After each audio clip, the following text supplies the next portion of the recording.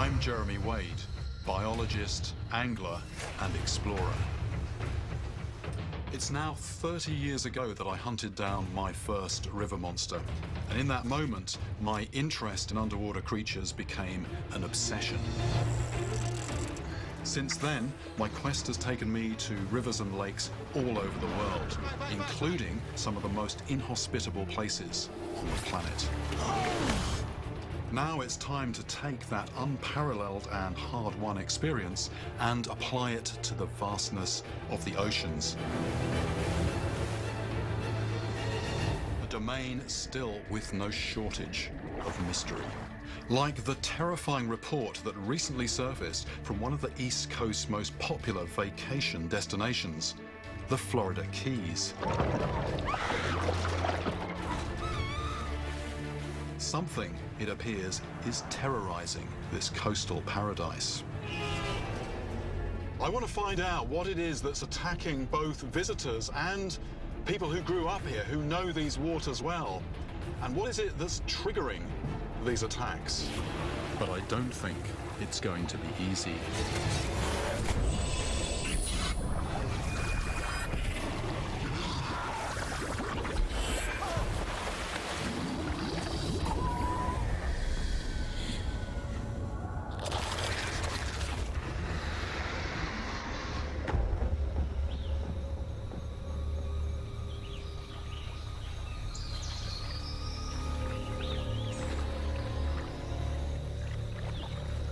Carrie Larson and her boyfriend Michael are kayaking through the maze of islands which make up the Florida Keys.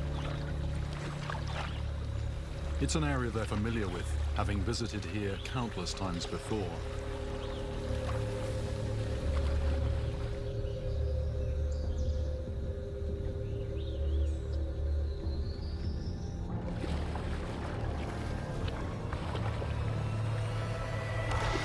Suddenly, something explodes out of the water, knocking Carrie from the kayak, smashing her ribs, ripping her open, leaving a gaping hole in her side.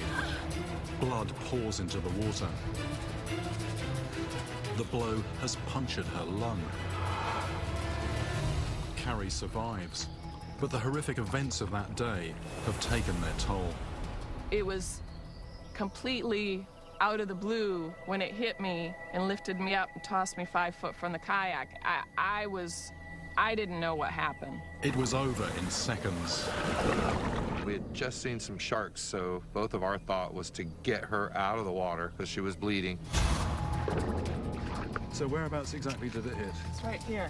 Oh gosh, so that is The teeth just ripped the skin. The nose and snout exploded the rib underneath it. A fish which can torpedo itself out of the water is something I know about. 13 years ago, an arapaima struck me in the chest. Later tests suggested it might have permanently damaged my heart. But arapaima can't be guilty here. They're a freshwater species from South America.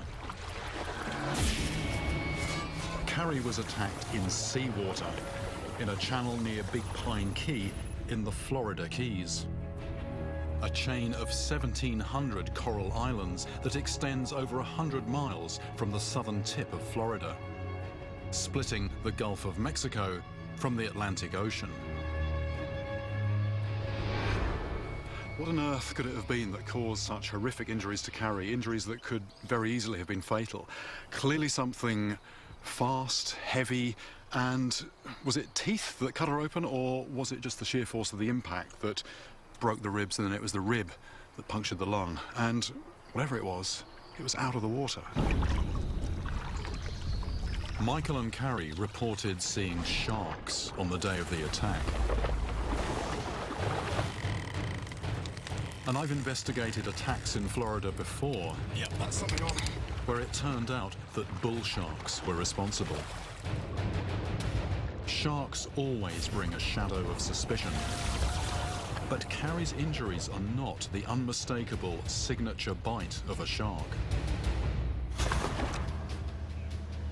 I start fishing in shallow water where Carrie was attacked. I want to start getting an idea of what carnivorous fish live in this water close to shore. Thing is, it's very shallow. We've got about 3 foot of water, something like that. Nice sandy bottom. It's actually very inviting water, the kind of water you might want to jump in and swim in. Prior to putting a line in, I'm going to put some chum in the water just to see if that smell and that commotion actually draws anything in.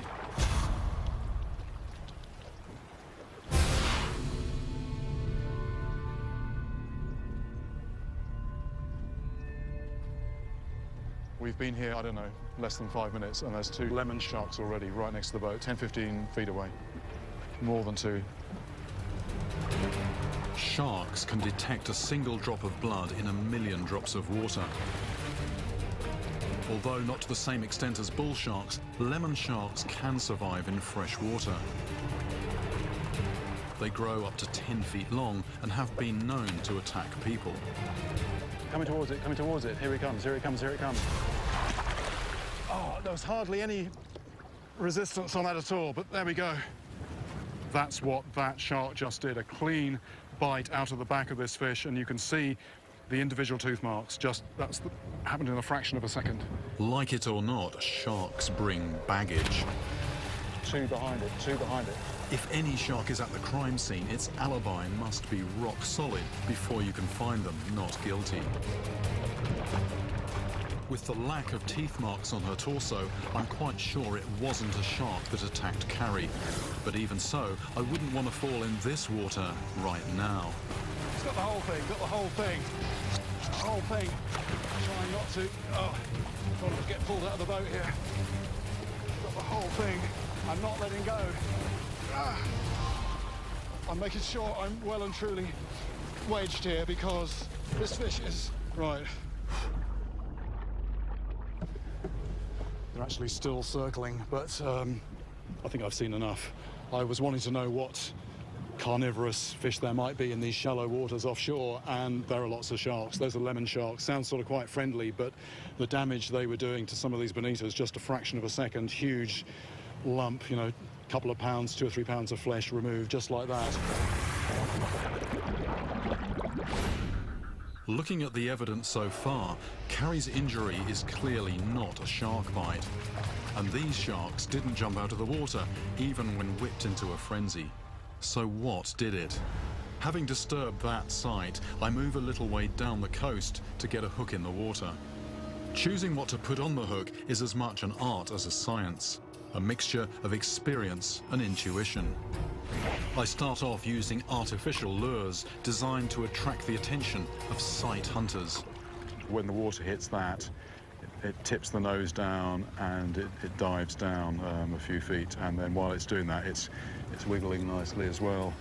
So just buzz this off the edge of the mangroves. By retrieving the lures quickly, I'm hoping to grab the attention of any predators that might be down there. There's a bit of a drop-off there. It goes from shallow brown water, that's why I landed in just then, into deeper blue water, and I'm trying to sort of drop the lure along the edge of that because that's the kind of place where predators are going to lurk. When the artificial bait draws a blank, I switch to real fish flesh.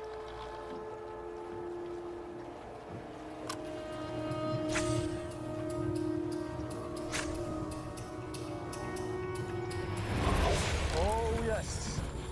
Yes, yes, yes, yes, yes. That's serious? Wow, that is serious. That's lots of line? Right. This took a fish, so it's a predator. And from the rate it's going, it's quite a good sized one.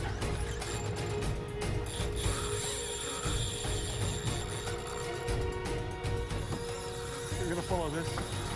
This fish has just not stopped me.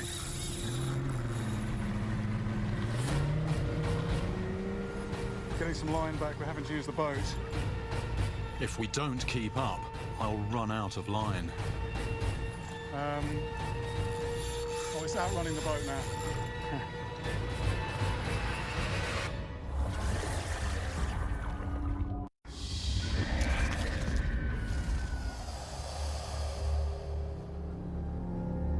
I'm in the Florida Keys, investigating what could have leapt out of the water and sliced open a kayaker. And I've hooked something that's big enough to drag my boat. Unlike in most rivers, this water is so clear, I'm forced to use thin, almost invisible line. And the lighter the line, the easier it snaps. So the runs are getting slower or shorter. I can see the clear leader now. Yes, there it is, it's a shark. An 8-foot bull shark. The triangular dorsal fin and stocky body are unmistakable.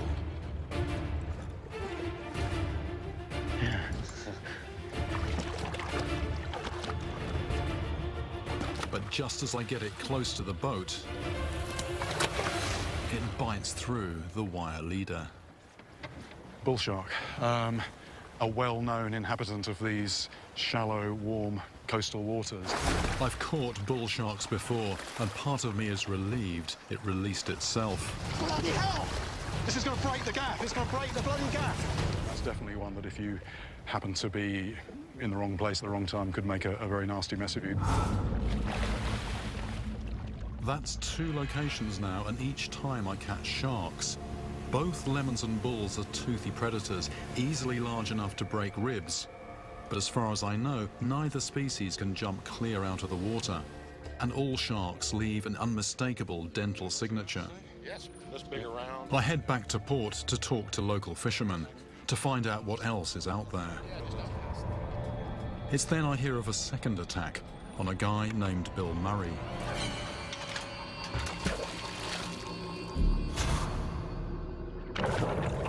Bill is working in his dock. He's cutting off some reinforcing bar that's jutting out from the dock wall.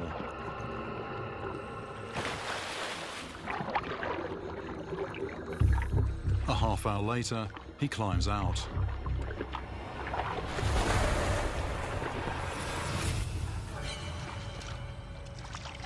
I wasn't in any pain or anything, and I looked down at my foot, and out of the center of my foot there was 2 streams of blood coming out.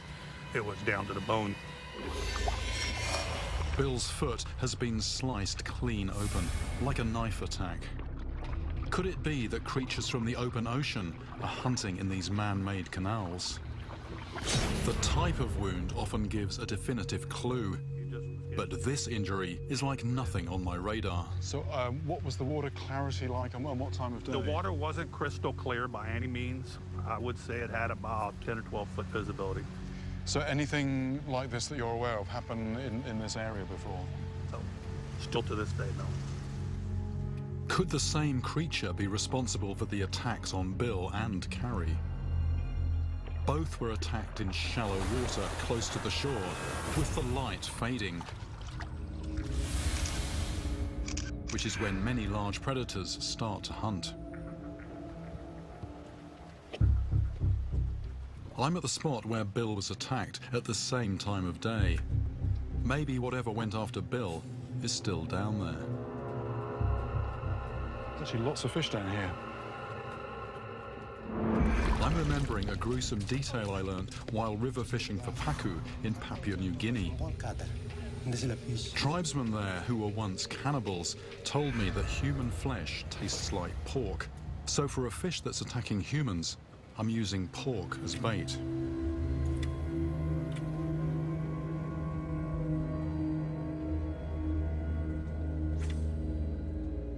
I stir up the bait fish, hoping to attract something larger. But nothing.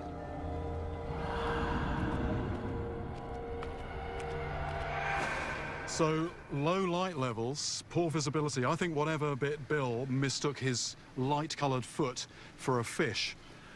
And whatever it was, it had to be pretty serious size. It had half of his foot in its mouth. Now, I've looked in the water up and down here, and I can't see anything bigger than the bait fish that he was describing. So what on earth could it have been? Whatever attacked Bill has not been seen in the canal since. So perhaps it has now moved back into the open ocean. The next day, I head into unfamiliar waters and start applying what I know. In rivers, predatory fish like to hunt around structure. And one common form of structure out here is the many boats that have run aground in these shallow tidal waters. We're drifting by this wreck here because it's the kind of place where you might get predators lurking, using that as a sort of a background to hide against. Oh, there we go.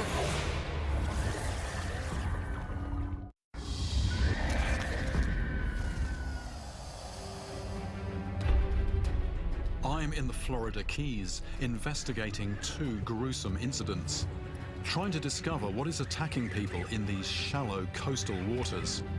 And I have a bite. A long streamline fish.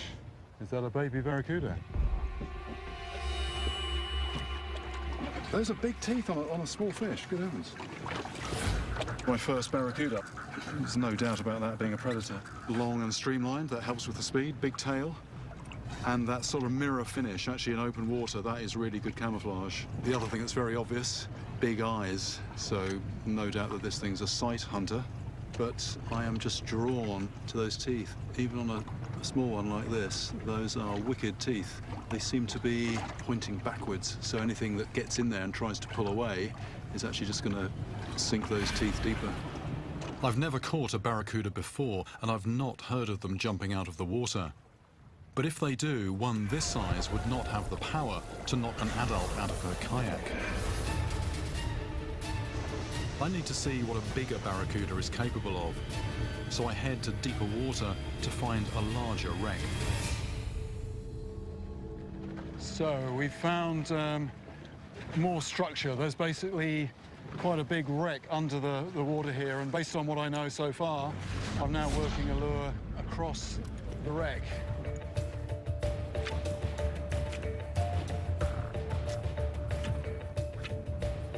My casts yield nothing, so I fish deeper and switch from lures to bait, which I drop around the wreck.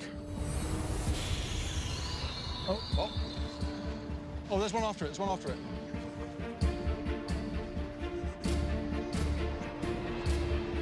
Here we go, look.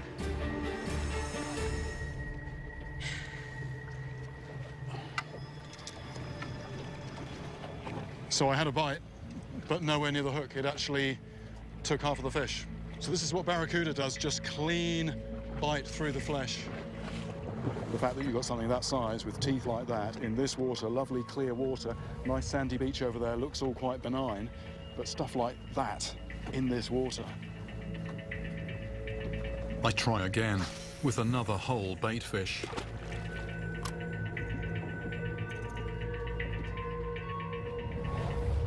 Oh, there he goes.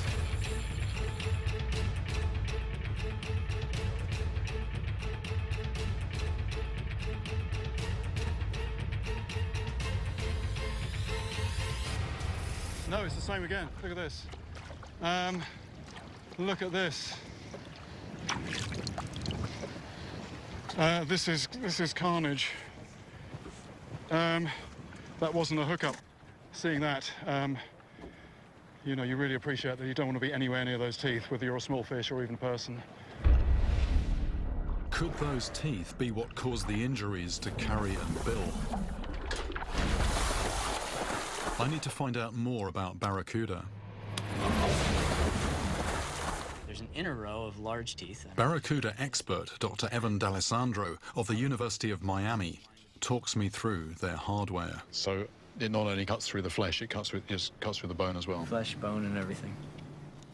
Based on the skull size, we're looking at a 5-foot barracuda.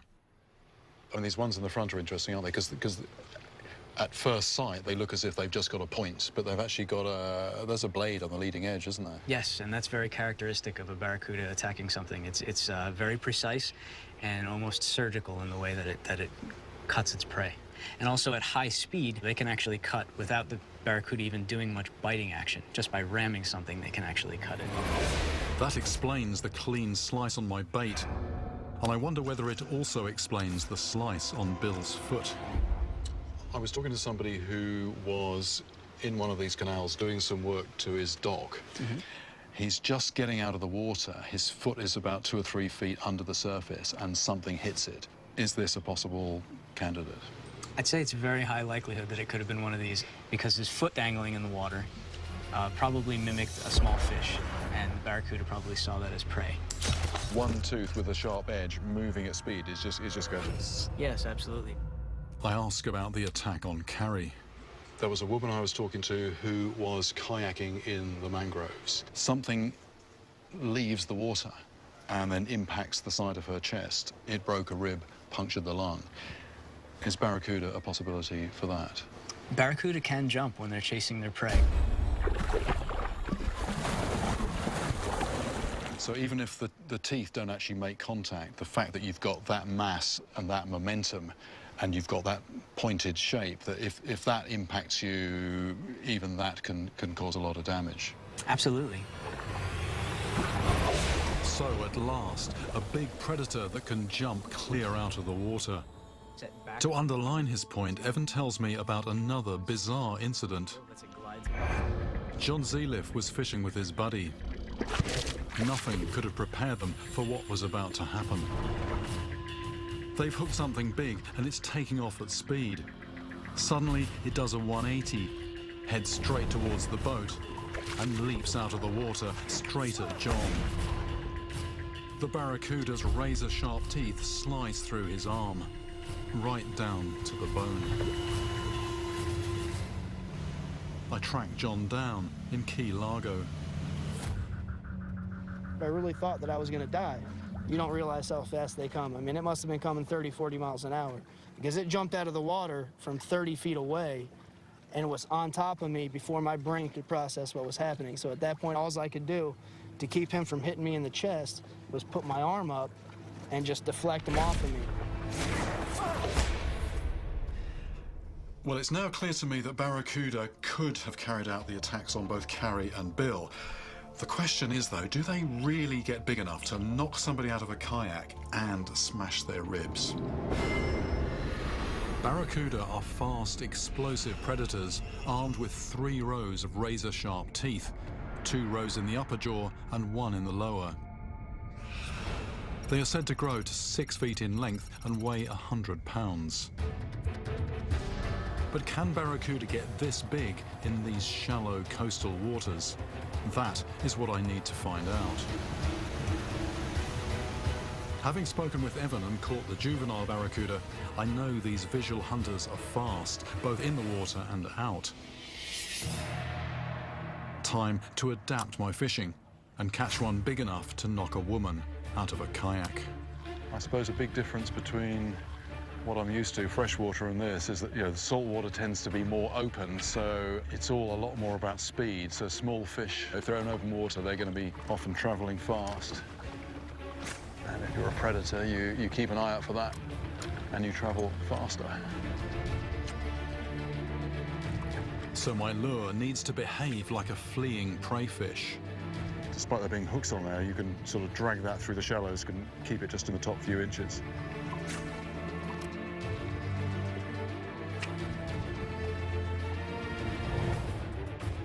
Suddenly, I see a barracuda sweep in.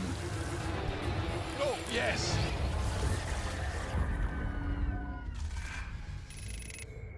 What is the origin of the name barracuda? Find out right after this. Before the break, I asked, what is the origin of the name barracuda? It's thought to be of Spanish origin. Barraco is Catalan for snaggletooth.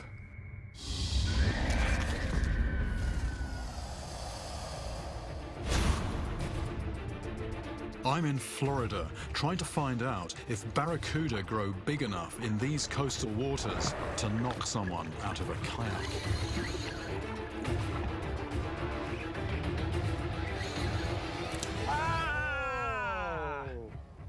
It's thrown the hook.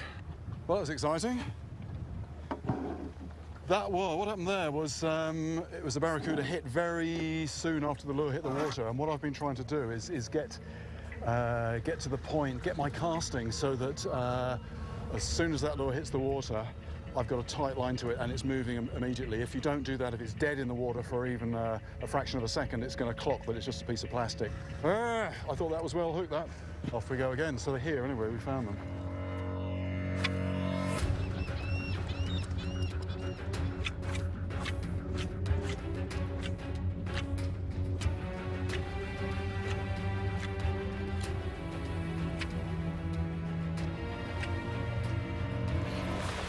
Good grief, that was a big one. That fish there, I mean, my heart is still going. It was pretty close to the boat and probably 4.5 foot long, 25 pounds, something like that. I mean, I saw the head, I saw this black head, and it looked like the head of a dog coming out of the water. Well, I've certainly came close to hooking up with some big fish, but don't know, they just seem very, very skittish, very canny. And it's not just happening. You know, there is a fish down there with my name on it, but I'm not quite sure yet how to catch it.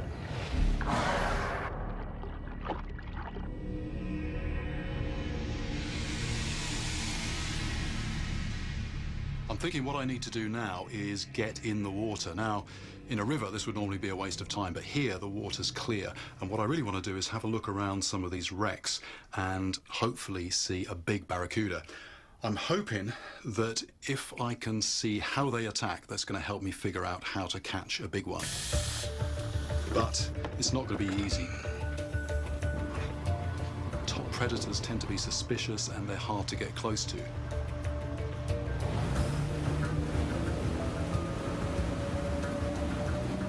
So I'm going to be going into underwater stealth mode using this closed-circuit rebreather unit, which doesn't give off clouds of bubbles. So in theory, I'm going to be able to get much closer to barracuda.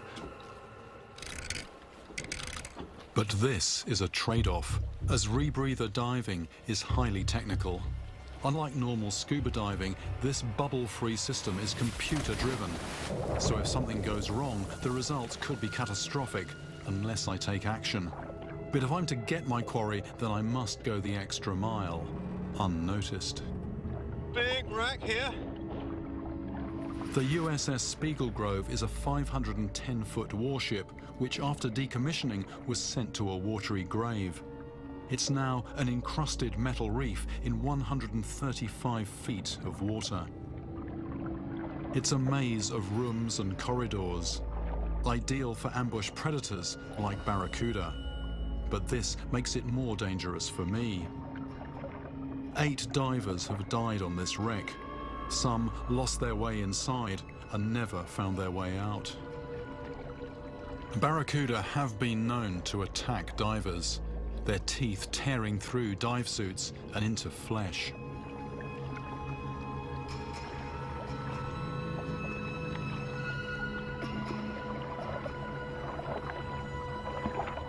The visibility deteriorates the deeper I go. Barracuda.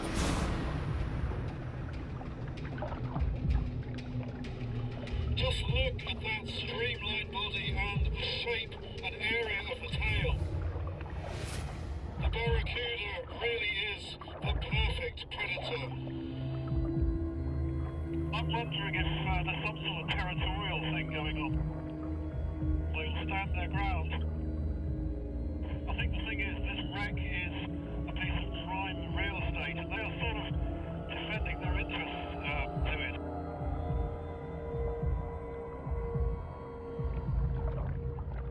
Suddenly, it heads off into open water,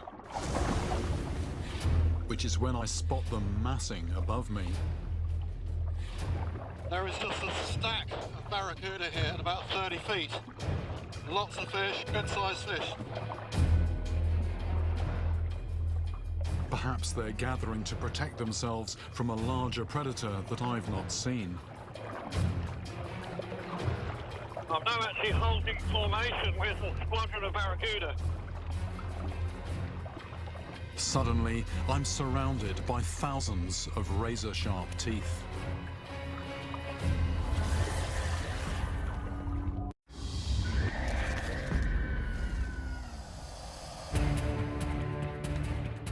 I'm in the Florida Keys, planning to dive, with barracuda. I'm hoping if I can see how they behave, I can figure out how to catch a big one. I put on chainmail gloves, protection against a fish that shows no fear and that is literally armed to the teeth. Then I head down with a bucket of bait to draw in the fish that barracuda eat. And start chumming the water, wondering what is lurking out there.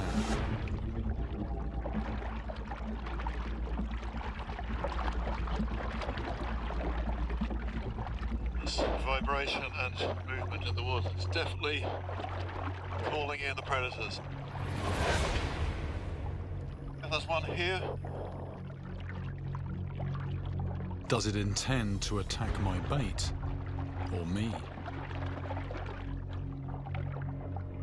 There's one out here. Here's my bait. Here's my rod. Normally I've got a reel and some line. Today I've just got the bait attached to the rod.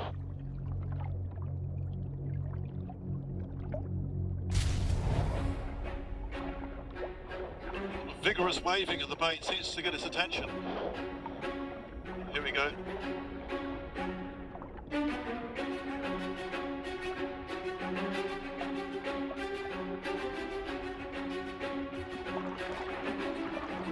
Barracuda definitely coming in. There's definitely a sort of a cautious approach going on.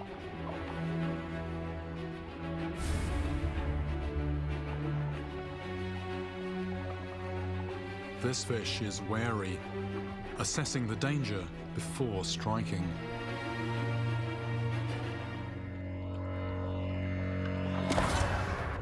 That came in at a rate of knots. It just locked on and it was coming at speed. Just fearsome, absolutely fearsome, these things. Just a little rain of scales in the water.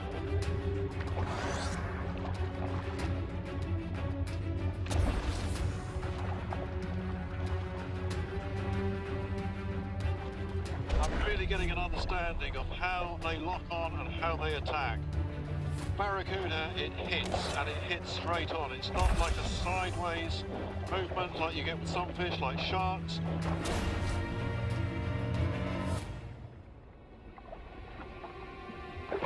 Didn't take the bait, it just sliced the end clean off.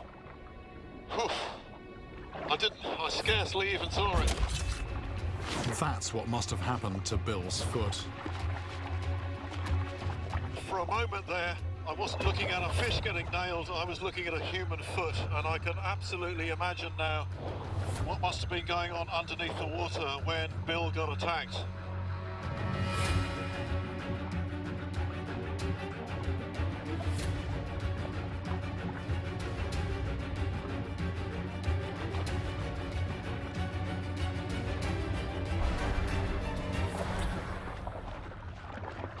I've learned so much about barracuda. Just seeing them feed right in front of me. I can certainly now visualize much better what's going on out of sight under the surface. Now it's time to put this experience into practice with rod and line.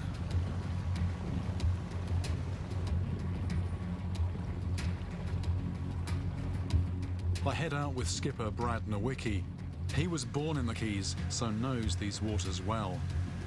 So how big is this wreck they're going to? This one is one of the biggest wrecks we have. And do you tend to find that, you know, the bigger the wreck, the bigger the fish? Yes. So if I'm after big barracuda, I mean, this should be a pretty good This thing. should be a good wreck to be on. Right, just having a good look at the gear I'm going to be using. It's scaled up a little bit from what I was using on the flats, but you can't go ridiculously heavy because in clear water, fish with good eyesight, they can see sort of, you know, wire cable. It has to be quite delicate. And what we're going to try and do, because there's lots of sharp bits of metal down on the wreck, what we're going to try and do is bring the fish up off the wreck, and then once they're hooked, don't let them get back down.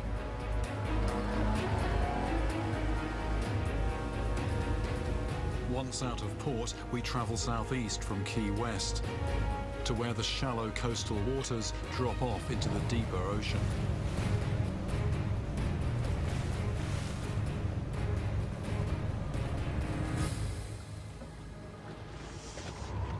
Well, we're here. This is the wreck.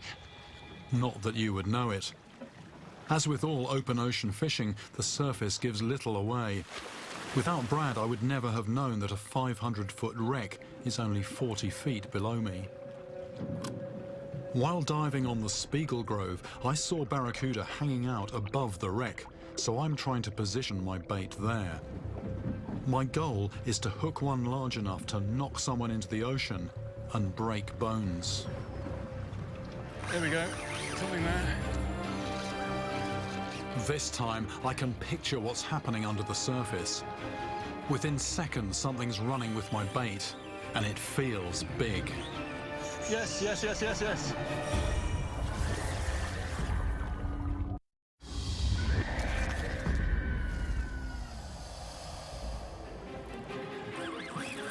I'm fishing for barracuda. First cast, and there's something big on my line. Where is it? Where's it? Where's the line? Where's the line? There it is, there it is, there it is. There's the fish.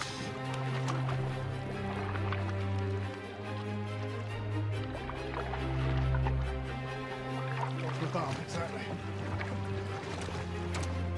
So. Oh, this fish has still got so much strength. First cast straight away on this deep wreck, so it just goes to show more water over their heads, just how much more confident they are. Those teeth are just unbelievable. I'm very careful to stay clear of this fish's jaws. Nice sized fish, but I think what I really want to do is get this back. I'm after a big one. Get this back, get another bait out, see if we can get one that might even have this one for dinner. Size matters. I'm here to prove that barracuda not only have the equipment, but also the sheer weight and power to commit the attacks I'm investigating. I quickly hook another.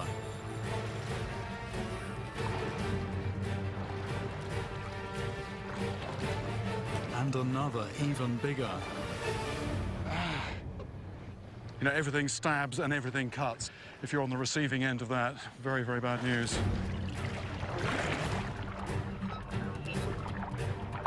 The barracuda just keep on coming, each one bigger than the last. Fast and furious action. I feel like I'm casting into the pack of barracuda I saw while diving. Oh. There's a better sized one.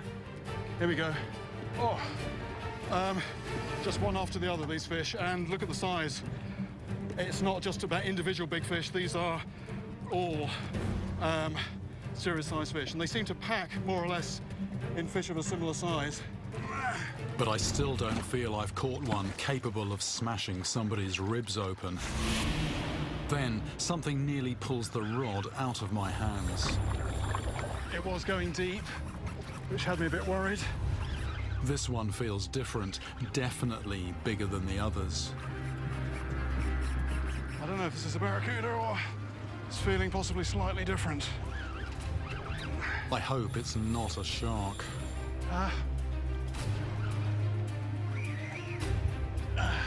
This feels like a good-sized fish. I'm guessing it's about 30 foot down.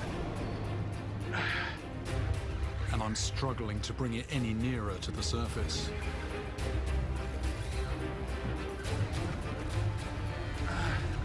Oh, it's still hanging.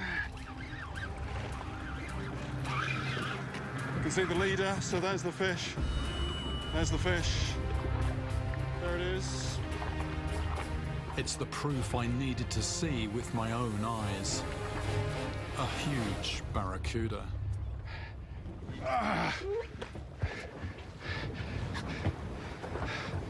Size of this. I've been thinking I've been catching big ones, one after another, and along comes this. No, those aren't big ones. This is a big one. It's just unbelievable. The teeth, the power, the streamlining. This would absolutely lacerate a limb, and I reckon one like this, at speed, out of the water, hit you in the side. Perfectly possible this could break your ribs. It's a tired fish as well. I want to get it back in the water. I came to Florida in search of a creature capable of inflicting life-threatening injuries. And it wasn't the shark that most would assume, but another of the ocean's super predators. It rams its prey at speed, with teeth that slice at the merest contact. But perhaps most remarkable, it can do this both below and above the water. I know that barracuda don't deliberately target humans, but these high-speed predators slice through the same warm, shallow water where people play. So in the Florida Keys, I'm now very wary of the other jaws below the surface.